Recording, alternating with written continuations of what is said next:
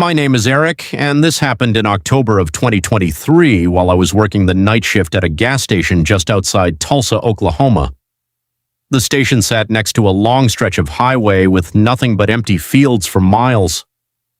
During the day, it stayed busy with truckers and people driving through town. At night, though, it became a completely different place. I worked from 11 p.m. until 7 a.m., usually alone. The overnight shift was boring most nights. I'd restock shelves, mop the floor, and help the occasional customer. Between 2 and 4 in the morning, it usually became completely dead. At around 2:40 a.m. one Friday, an old white pickup truck pulled into the parking lot. It stopped near Pump 3. The headlights stayed on, but nobody got out. I watched the security monitor for nearly 5 minutes before I finally walked outside. The driver's door was open, the truck was empty, the engine was still running. I looked around the parking lot. Nothing. No footsteps, no voices, no one. Thinking someone had wandered behind the building, I shut the driver's door and went back inside. About 10 minutes later, the store phone rang. I answered. Silence. Not even static. Then I heard someone breathing. Slow. Heavy. Like they were standing inches from the phone. Hello? No answer. The line disconnected. I checked the caller ID. It simply read, unknown. Around 3:05 a.m., a man walked through the front door. He looked to be in his late 50s, dirty jeans, brown work boots, a gray jacket covered in mud. What caught my attention wasn't his clothes, it was his face. He looked terrified. He walked directly to me and quietly asked, "Has anyone come looking for me?" I told him no. He glanced over both shoulders before whispering, "If someone asks, you've never seen me." Before I could respond, he bought a bottle of water, thanked me, and hurried out the back employee exit. I stood there confused. Not 30 seconds later, another man entered. This one was much younger, tall, thin, wearing a black hoodie despite it being warm outside. He smiled the second he reached the counter. "Did an older guy just come in?" Something about the way he asked made my stomach tighten. I shrugged. "Haven't seen anyone." His smile disappeared. He stared directly into my eyes for several uncomfortable seconds. Then he nodded. "Okay." He slowly walked out. Instead of leaving, he stood beside the front window, just watching me, for nearly 15 minutes. Eventually, he disappeared into the darkness.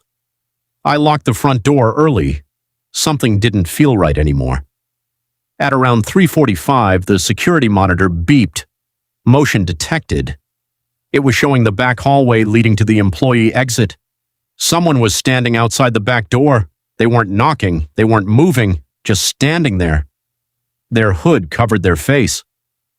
I called out through the door. No answer. I called 911. While waiting for officers to arrive, I kept watching the camera. The figure never moved, not once. 3 police cars arrived within 8 minutes. Officers surrounded the building.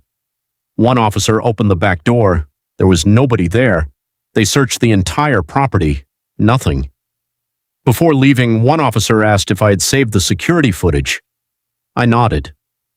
The next morning, detectives returned. They wanted every recording from the night before. Apparently, an escaped psychiatric patient had been reported nearby. The description matched. The older man. I immediately told them about the younger guy. The detective became strangely quiet. He asked me to describe him again. Black hoodie, tall, very thin, smiling. The detective slowly closed his notebook. Then he looked at me and said something I'll never forget. "There wasn't a second man," I laughed. "I talked to him." He shook his head. "We reviewed every camera." The older man walked in. He bought water. He left. But after that, no one else entered your store. I felt sick. I watched him walk through those doors. I heard him speak. The detective handed me a printed screenshot from my own security footage. It showed me standing behind the register, looking at absolutely nothing, as if I were having a conversation with empty air. I quit that job 2 days later. A month passed before I gathered the courage to watch the footage myself. I wish I hadn't. Because halfway through the recording, right behind me, standing in the reflection of the cooler doors, was a tall man, wearing a black hoodie, smiling directly at the camera. The strange part? He never appeared anywhere else in the video. Not entering, not leaving, only in the reflection. Eric never worked another night shift again. But one question still haunts him. If the hooded man was never really there, then who was smiling in the reflection? My name is Daniel, and this happened in January of 2024 while I was working as a night security guard for a corporate office building in downtown Denver, Colorado. The building had 12 floors, but after 8 p.m., everyone went home except for me. My shift started at 10 p.m. and ended at 6 a.m.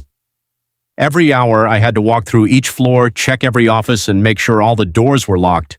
It wasn't a difficult job. It was just lonely. The building was over 20 years old, and at night it made all kinds of strange noises. Air vents hummed, pipes clicked, and elevators occasionally moved on their own during maintenance tests. At least that's what I believed. One Thursday night around 1:50 a.m., I was sitting in the security office when one of the motion sensors activated. 4th floor. I looked at the camera. Nothing. The hallway was completely empty. I figured it was a faulty sensor and reset the alarm. 5 minutes later, the same sensor went off again. This time I grabbed my flashlight and rode the elevator upstairs. The 4th floor was silent. Every office door was locked. No broken windows, no signs of anyone. As I was about to leave, I heard footsteps, slow, heavy, coming from the far end of the hallway. I pointed my flashlight toward the sound. Nothing. The footsteps stopped. I walked to the end of the hallway. Still nothing. When I returned to the elevator, it was gone. The doors were closed. The display showed it traveling down to the lobby. I hadn't pressed the button. I took the stairs instead. Back in the security office, I reviewed the camera footage. At exactly 1:56 a.m., I watched myself walking down the hallway. Then I noticed something that made my stomach drop. A shadow was following me, not beside me, not behind me, directly attached to my own shadow. But it moved differently. Whenever I stopped walking, it took one more step. I replayed it 3 times. The same thing happened every time. I decided not to mention it. Around 3:12 a.m., the building's landline rang. Nobody should have been calling that number.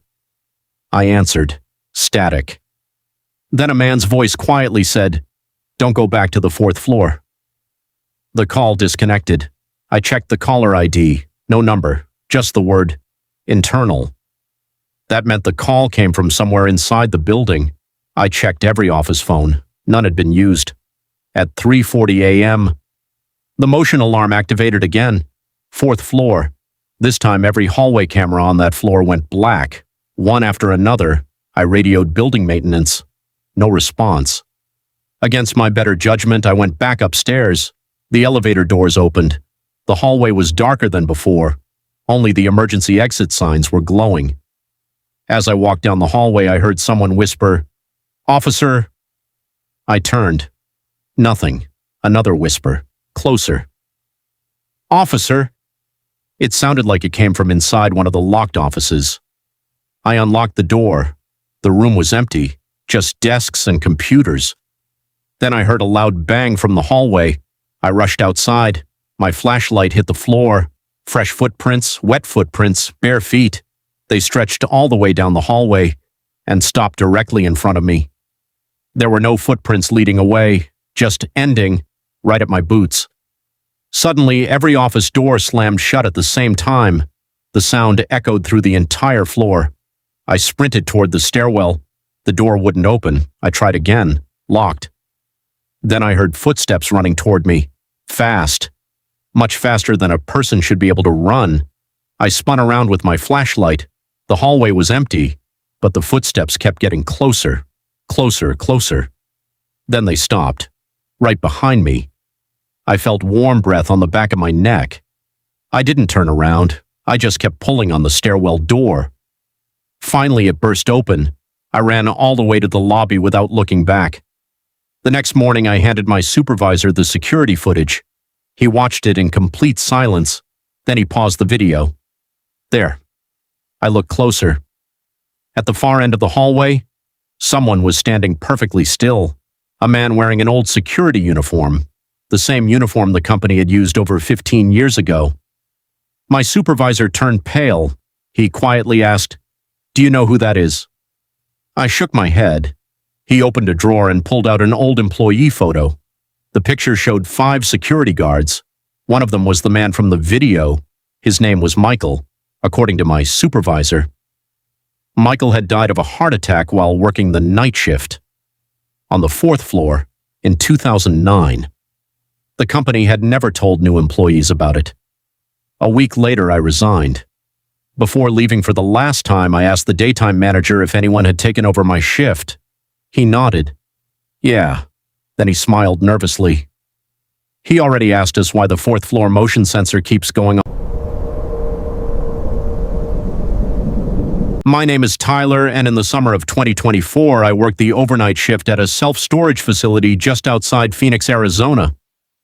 The place had more than 700 storage units spread across 6 long rows. My job was simple: drive around the property every hour, check the gates, respond to motion alerts, and make sure nobody was inside after midnight. The manager gave me one strange piece of advice during training. If camera 17 ever goes offline, don't be the first one to check it. I laughed. He didn't. When I asked why, he simply said, "Just call me." I assumed he was messing with the new guy. For the first 2 months, nothing unusual happened. Most nights were quiet. Occasionally, I'd find someone trying to sneak into their unit after hours, but that was about it. Then one Monday at exactly 2:27 a.m., every monitor in the security office flickered. Only one camera lost its signal, camera 17. It watched the last row of storage units, the one furthest from the office. I remembered what my manager had said. Instead of calling him, I grabbed my flashlight and drove over there. The row was completely silent. No cars, no people. Just the sound of the wind pushing loose gravel across the pavement. Camera 17 was mounted on a metal pole. Its red recording light was off. I climbed the ladder to check the cable. Nothing was loose. The moment I touched the camera, it powered back on by itself. I looked at the small monitor on my handheld tablet. Everything looked normal. Then I noticed something strange. The live feed showed me standing on the ladder. But there was someone else standing directly behind me, a tall man wearing a dark jacket. His face was hidden. I spun around so fast I nearly fell. Nobody. The parking lane behind me was empty. When I looked back at the screen, the man was gone. I convinced myself it had been a video glitch. Back in the office, I reviewed the recording. The man never appeared, only me, standing alone. Around 3:10 a.m., another alert came in, motion detected, camera 17. I opened the live feed. A woman was standing in front of Unit 174. She wasn't moving, she was simply staring into the camera. I zoomed in. She had no shoes. Her long hair covered most of her face. I radioed the local police while driving back toward the unit. It took less than 2 minutes to get there. By the time I arrived, she was gone. The officers searched every row. Nothing. One of them asked to see the footage. When we replayed it, the woman wasn't looking at the camera anymore. She was looking past the camera, as if she was watching someone standing behind it. Neither of us said a word. The officer finally broke the silence. "Who's that?" "What?" He pointed at the corner of the screen. There was a reflection in the camera housing. Someone was standing behind me while I watched the monitor. I turned around. The office was empty. The officer looked confused. "You okay?" I didn't answer. Because the reflection was still there, standing perfectly still, watching me, even though nobody was behind me. The next night, my manager finally told me the truth. 5 years earlier, a night employee had disappeared while checking camera 17. His patrol cart was found, his flashlight was found, his keys were found. He wasn't. The police never solved the case. The company replaced every security camera except camera 17. It was the only camera that always worked, even when the power failed. I quit the following week. About a month later, I received a phone call from my old manager. He sounded shaken. He asked if I still had access to the cloud recordings from my final shift. I told him yes. He asked me to watch the last 30 seconds. I opened the video.